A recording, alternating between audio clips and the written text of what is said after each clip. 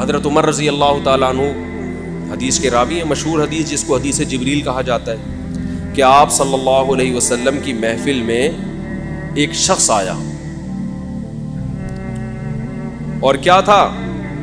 شدید بیاض الثیاب، انتہائی سفید کپڑے اس شخص نے پہنے ہوئے، شدید سواد الشعر، انتہائی سیاہ بال، لا یرا علیہ اثر السفر ولا یعرفہ منا احد۔ کتنی عجیب بات ہے، کہہ رہے ہم میں سے کوئی اسے جانتا بھی نہیں تھا، لیکن اس پہ سفر کے کوئی آثار تھے بھی نہیں۔ تو بہت عجیب سی بات ہے یا نہیں ہے کہ ایک بندے کے اتنے سفید کپڑے، جبکہ وہ اس محلے کا بھی، کیونکہ پہلے تو اونٹوں پہ پیدل آتے تھے نا، تو بھائی میلے کپڑے ہوتے، ہم کہتے ہیں پتہ نہیں کہیں سے کہاں سے آیا ہوگا، مصر سے آیا ہوگا، شام سے آیا ہوگا، کہیں سے آیا ہوگا۔ وہ لوگ تو سب ایک دوسرے کو جانتے تھے، جیسے گاؤں میں جانتے، صدیوں سے اکٹھے رہ رہے ہیں، لیکن کپڑوں کی سفیدی سے لگ رہا ہے بھائی مقامی آدمی ابھی نہا دھو کے آیا ہے، مگر ہم میں کوئی اس کو جانتا نہیں ہے، اور ایسا جوان کہ اس کے انتہائی سیاہ بال، اور نبی سے اتنی بے تکلفی کا اظہار جیسے کوئی پرانا دوست ہو، حتی اسند رکبتیہ الی رکبتی ووضع کفیہ علی فخذی،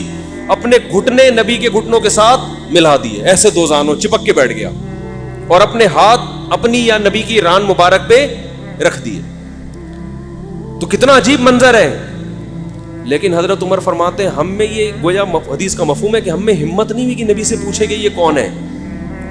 بھائی دیکھ رہے ہیں بس جو بھی منظر ہے دیکھتے رہو، ہو کیا رہا ہے بھائی، نبی جب نہ اس کو ڈانٹ رہے ہیں نہ اسے کچھ کہہ رہے ہیں، ہوگا کچھ ہمیں نہیں پتا۔ اور پھر آگے کیا فرماتے ہیں کہ نبی سے سوال پوچھا، یا محمد اخبرنی عن الاسلام، آپ مجھے بتاؤ اسلام کیا ہے؟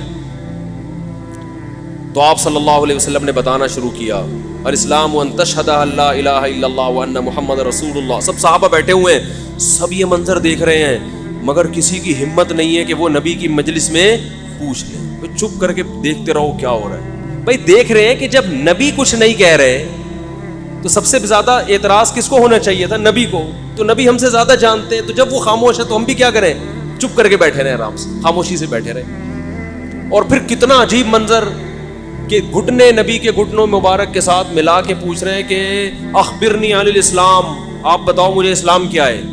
تو آپ نے فرمایا اسلام یہ ہے کہ گواہی دو کہ اللہ کے سوا کوئی عبادت کے لائق نہیں، اور محمد صلی اللہ علیہ وسلم اللہ کے بندے اور رسول ہیں، وَتُقِيمَ الصَّلَاةَ وَتُؤْتِيَ الزَّكَاةَ وَتَصُومَ رَمَضَانَ وَتَحُجَّ الْبَيْتَ إِنِ اسْتَطَعْتَ إِلَيْهِ سَبِيلًا، رمضان زکوٰۃ دو، رمضان کے روز نماز قائم کرو، زکوٰۃ دو، رمضان کے روزے، اور استطاعت ہے تو حج کرو۔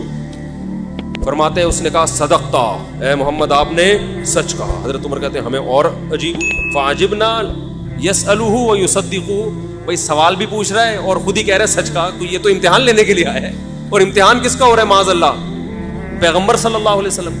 بھائی جو سوال پوچھتا ہے وہ یہ تو نہیں کہتا کہ آپ نے جواب بالکل صحیح دیا ہے، اس کا مطلب آپ کو تو پہلے سے پتا، تو پوچھ کیوں رہے ہیں ہم سے؟ لیکن کسی صحابی میں یہ ہمت نہیں ہو رہی کہ نبی کے محفل میں سوال پوچھیں کہ یا رسول اللہ جب یہ پوچھا کیوں اس نے، یہ تو معاذ اللہ آپ کا امتحان لینے آیا گویا۔ پھر اس نے پوچھا، جبریل، وہ بعد میں پتا چلا وہ فرشتے جبریل علیہ السلام تھے، پھر پوچھا کہ مل ایمان کیا ہے، مل ایمان؟ تو انہوں نے آپ صلی اللہ علیہ وسلم نے فرمایا ایمان یہ اللہ پر، اس کی کتابوں پر، اس کے رسولوں پر، اس کے فرشتوں پر، آخرت کے دن پر، تقدیر پر ایمان لایا جائے۔ صدقتا، اس سچ کہا۔ پھر انہوں نے پوچھا کہ احسان کیا ہے؟ پھر آپ نے فرمایا ان تعبد اللہ کأنک تراہ فإن لم تکن تراہ فإنہ یراک، اللہ کی ایسے عبادت کرو جیسے تم دیکھ رہے ہو، کیونکہ وہ تو تمہیں دیکھ رہا ہے۔ صدقتا، اس نے کہا بالکل سچ کہا۔ متی الساعہ، قیامت کب آئے گی؟ تو آپ صلی اللہ علیہ وسلم نے یہ نہیں فرمایا لا ادری، مجھے نہیں پتا، کیونکہ آپ کو معلوم تھا کہ جیسے مجھے نہیں پتا سامنے والے کو بھی نہیں پتا، سمجھ رہے ہو؟ یہ کسی کو بھی نہیں پتا۔ تو یہاں آپ نے جواب میں یہ نہیں کہا مجھے معلوم نہیں ہے، بلکہ آپ نے بتا دیا کہ جیسے تمہیں معلوم نہیں ہے، یہاں تم صدقتا نہیں کہہ سکتے، جیسے مجھے معلوم نہیں ہے تمہیں بھی، اس لیے آپ نے فرمایا مل مسئول عنہا بأعلم من السائل۔ عربی بڑی خاندانی زبان ہے، خدا کی قسم، عربی جو ہے نا بڑی پیاری زبان ہے، کسی کو صحیح آتی ہو تو عربی کی بلاغت کا عربی میں ہی مزہ ہے۔ مل مسئول عنہا بأعلم من السائل، جس سے پوچھا جا رہا ہے وہ پوچھنے والے سے زیادہ نہیں جانتا۔ تو رسول اللہ صلی اللہ علیہ وسلم کی محفل میں حضرت جبریل آئے، تو حضرت عمر فرماتے ہیں، حضرت عمر رضی اللہ تعالیٰ عنہ فرماتے ہیں فلبثت ملیہ، میں نے جب یہ منظر دیکھا تو میں بہت دنوں تک ٹھہرا رہا.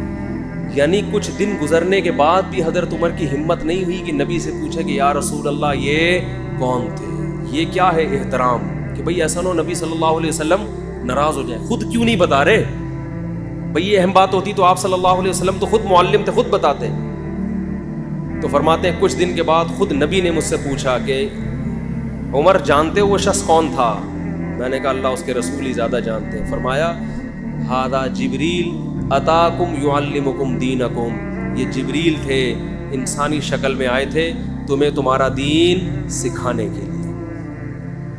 اس سے پتہ چلتا ہے کہ تعلیم کا صرف یہ طریقہ نہیں ہے کہ استاذ بیٹھ کے بچوں کو پڑھاتا رہے سارا دن بیٹھ کے. یہ نیچرل وے آف ٹیچنگ ہے کہ ایک ماحول بنا دیا، ایک شخص آ رہا ہے، صحابہ اچھا پھر ایک تعجب کی فضا قائم کی گئی تاکہ نا ان کو یہ محفل یاد رہے. اگر ایسا ہی ہوتا وہ نارمل ڈریس، سفر والے ڈریس میں آتے تو یہ تو نارمل مجلس ہے، بھائی کوئی مسافر آیا ہے. ایسا ایک مخمصے میں ڈالا گیا کیونکہ جب کوئی ایسی عجیب سی محفل ہوتی ہے نا تو دماغوں میں بیٹھ جاتی ہے، اس کا ایک ایک منظر یاد رہتا ہے. تو اس سے ماحول کی تبدیلی کا بھی انسان پہ اثر پڑتا ہے.